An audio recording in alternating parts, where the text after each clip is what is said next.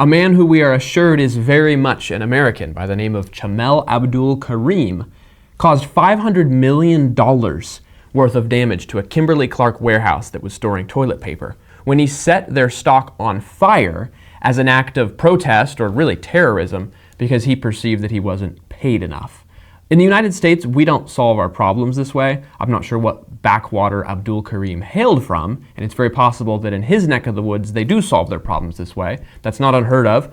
There are militia groups, terrorist organizations, and cartels that make this kind of violence commonplace many places overseas and across our borders.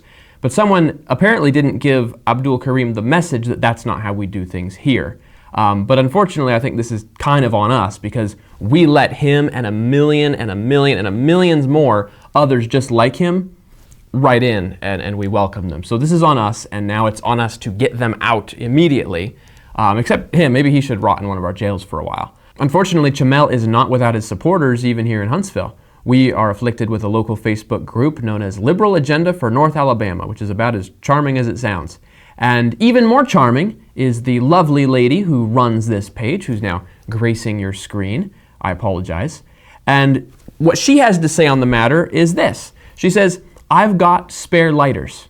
So the proprietor of this liberal page is here pretty obviously endorsing political violence against local businesses whose employees may feel as if they're not paid enough.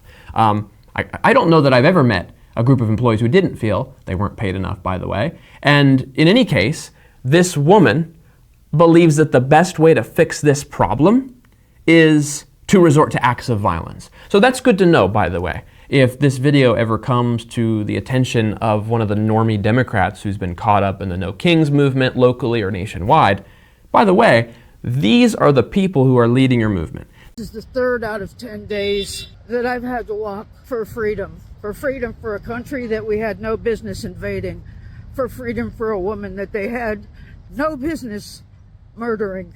Venezuela should be free, and Renee should be alive at home with her wife and child. These are the people who are calling the shots on your Facebook pages, who are reposting the stories from Minnesota, who are reposting the stories about Palestine.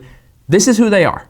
This is what they call for. By the way, this is not the first interaction the Public Pen has had with this woman. Here's a clip from her discussing Charlie Kirk and his assassination. Assassination is always evil, but then so was Charlie Kirk.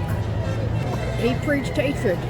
You can't talk that way about black people and Jewish people and queer people and claim to be Christian. It doesn't work. And not expect some kind of blowback. He was an evil man. So clearly this is not a one-off incident where she slips up and calls for burning down other warehouses. She's like this normally. But she's not the only one. I have in front of me some messages that we pulled out of a local Discord server frequented by members of local leftist alliances like Alabama 50501, the North Alabama DSA chapter, that's the Democratic Socialists of America. You got people from Indivisible in there, young Palestinians of Huntsville, a little bit of everything when it comes to leftists in our area. And they're posting in their Discord saying all you had to do was pay us enough to live. Fairly paid employees don't burn warehouses. Only livable wages can prevent warehouse fires. If you go through the comments on some of these news stories, you get quotes from people who may in fact be from the same place as Chamel Abdulkarim, not to profile, but we have a certain Krishna Vasikar who says that we should warm up their mansions too. So rather than just attacking the places of business, if you don't like the way a particular corporation is run, you should go ahead and just attack their homes. Yeah, that sounds like a great idea. But it's not limited merely to people who sound like they may be immigrants. We have someone by the name of Liz Watson who says, how can we contribute to his legal fund? We got to bust this guy out of prison, just like we tried to do with Luigi Mangione, because we also like murder. Here we have Faye Foster who says, let this be a lesson to all you corporate slave owners. A living wage is a must, or face the consequences. And of course, last but not least, we have Sebastian Alvarado who says, way to go guys, let's shoot for 40. He wants 40 warehouses to catch fire. The leftists around us are rooting for violence. They want this to happen. In this case, I feel like that we just need to, I hate to say the word, but assassinate him. I just hope he dies. Hope he Every dies. day. The best thing is just for him to just drop dead tomorrow would be, but the magic cheeseburger they refer to. You know, he just chokes to death on a cheeseburger. It's who these people are. And no matter what it is, no matter who's being killed or whose businesses are being razed to the ground or whose homes are being burned down, these people will celebrate. And I think conservatives need to approach the political fight that we're in right now with that in mind. The stakes are really, really high. And that's why I'm still committed to the right. Our side gets into infighting sometimes. Our side runs into serious questions about methods, about geopolitics, and about our priorities. And I understand that. Those are valid fights to have. But let's not lose sight of who the real enemy is.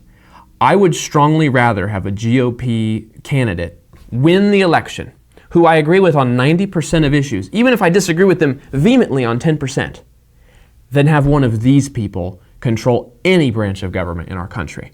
I'm not telling us to lay down our arms completely when it comes to important issues that are in-party issues. Not at all. Let's seek the truth. Let's fight for the best to win, not just the good or even the better, but the best. But at the same time, don't be so eager on your weapons being turned on each other that you forget that we have people who are gunning to burn the whole system down to the ground, literally, who are right behind us, ready to come in and pick up the pieces if we can't stop pitting Tucker Carlson against Donald Trump, against Megyn Kelly, against Candace Owens, against Erica Kirk, against Charlie Kirk. This is bad if we don't get focused. Confusion in the camp is a tool that God used in the Bible times against Israel's enemies, and it's certainly something that we can bring on ourselves if we're not careful. So let's engage in some unity